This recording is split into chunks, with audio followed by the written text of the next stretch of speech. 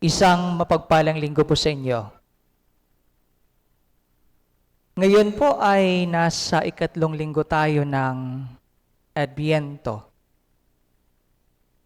At ang keyword po para sa ating pagninilay ay ang salitang rejoice, magalak. Sa Latin, ang salitang ito ay gaudete. Gaudete. Kaya nga po ang tawag natin ngayon ay Gaudete Sunday.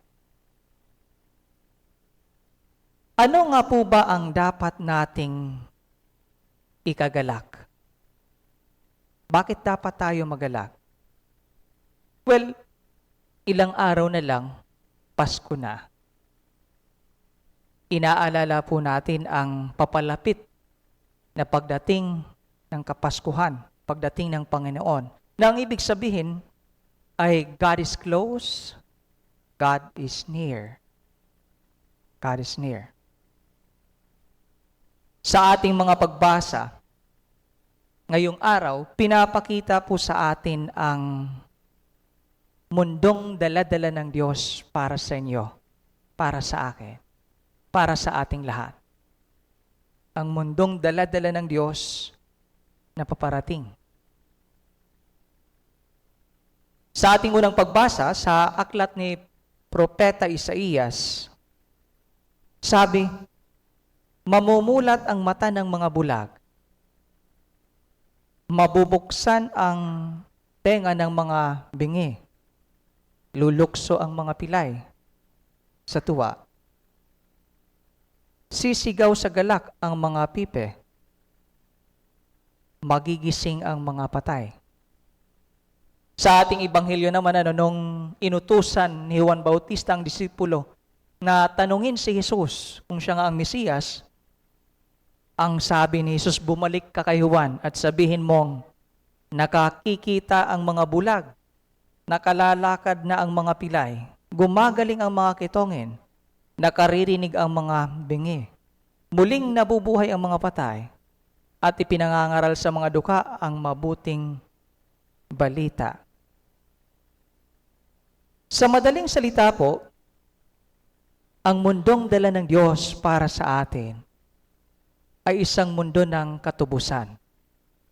Isang mundo ng katapusan.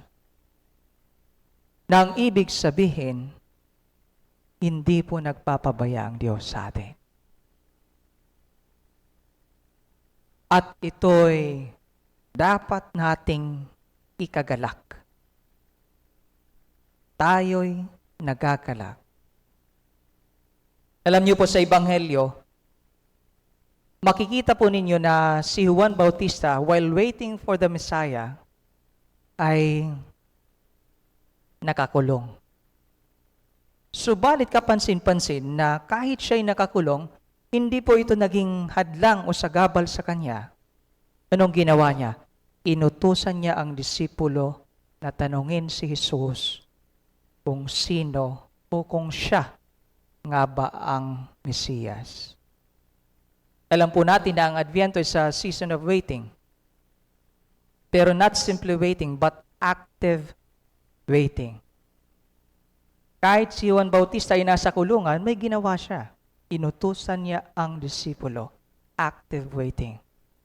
Kaya nga po sa ating parokya, may mga activities tayo like recollection, kagabi, active waiting, pagbisita sa mga kapatid nating nasa kulungan ngayong Adbyento, pagpapakumpisal, at bukas magsisimula ang simbang gabi.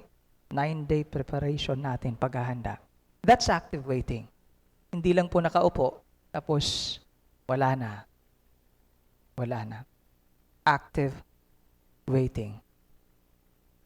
Alam ko pong maraming pwedeng maging hadlang sa ating paghahanda ngayong Adbyento. Si San Juan Bautista po, tinuturuan po tayo na itong mga bagay na ito, well, maybe problema sa bahay, problema sa flood control, sa mga projects, maraming problema. Pero sabi ni Juan Bautista, itong mga bagay na ito ay hindi dapat maging hadlang sa paghahantay natin sa Diyos. We must do something. Ganun din sa buhay natin, ano? Ngayong araw, pinapaalahanan po tayo to wait patiently. Sabi sa ikalawang pagbasa, be patient. Sabi ni James, to wait actively, gaya ng pinakita ni San Juan Bautista, and to wait joyfully. Joyfully. As we say, sabi nga ng Salmo, di ba?